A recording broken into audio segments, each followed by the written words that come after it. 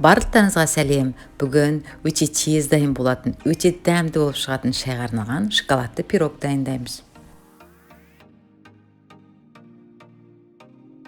Пирогтың құрамына өте көп зат қажет емес. Бізге бар болғаны жұмыртқа, қант, айран, сұйық май, ұн, сода және разрыхлитель керек.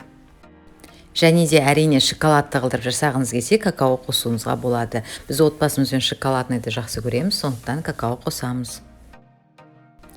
Ең бірінші айранымызды дайындауламыз. Айранға осындай кішкентай ғана соданы қосып, жақсылап араластырып 5 минутқа қойып қоямыз. Содан соң таза құрғақ ыдысқа жұмыртқа мен қантымызды салып, жақсылап 1-2 минут миксерлейміз. Ол кішкене пышный болып көтерілу керек. Енді осының үстіне барлық ингредиенттерімізді қосамыз. Жаңағы дайын болған айранды, сұйық майды және осылай ұнды жеке какао мен разрыхлительмен араластырып аламыздағы соны қосамыз. Ақырын оны араластырып, содан соң бір келкі массаға дейін миксерлейміз.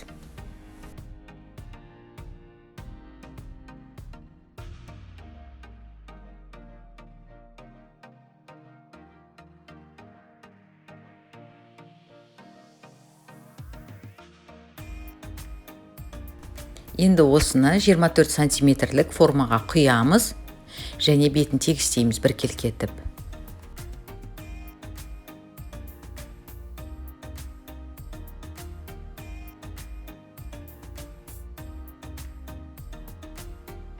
Алдын ала 180 градусқа қыздырылған духовкаға 15-20 минутқа саламыз. Оның дайын болғанын шпажкамен тексеріп отыруларыңызға болады. Мінекей біздің пирогымыз дайын болды. Ол өте үлкен болып көтерілді осылай, және дәмі мен иісі деген енді ерекше болып шықты. Керемет болып көтерілген. Қазір дәмін көреміз.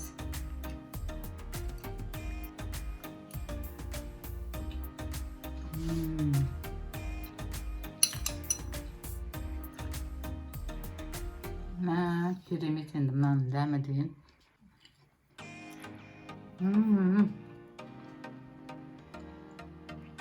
Жұп-жұмсақ, шоколадный дәм прям. Осындай суық күндерде шаймен ішуге арналған өте тез дайын болатын тәттілердің бәрі міндетті түрде жасап көріңіздер.